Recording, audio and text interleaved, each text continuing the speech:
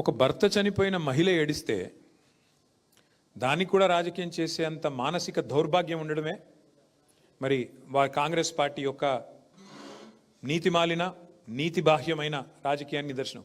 అంతమందిని చూసి నాకు గోపీనాథ్ గారు ఇంత పెద్ద కుటుంబాన్ని ఇచ్చారు మా జూబ్లీ హిల్స్ కాన్స్టిట్యున్సీలో అని చెప్పి ఆమె కంటతడి పెడితే ఆమె భర్తను తలుచుకొని, భర్త చనిపోయి ఇంకా 6 నెలలు కూడా కాలేదు బ్రదర్, బాధ ఉండదా?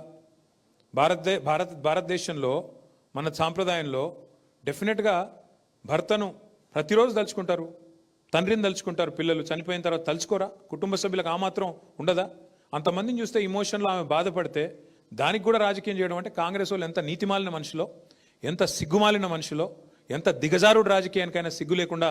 మరి ఇప్పుడైతే మీరు చూశారు ఇక్కడ ఏ రకంగా దొంగ ఓట్ల భాగవతంతో వాళ్ళు ముందుకు వస్తున్నారో మీకు అర్థమైంది. ఇంకోవైపు మహిళల్ని అవమానిస్తాం, బిడ్డ మీద కేసు పెట్టినారు, ఇంకా ఘోరం అది.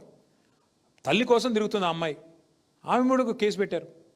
ఎంత నీతిమాలిన రాజకీయం చేస్తుందో కాంగ్రెస్ పార్టీ దీన్ని బట్టి చెప్పు.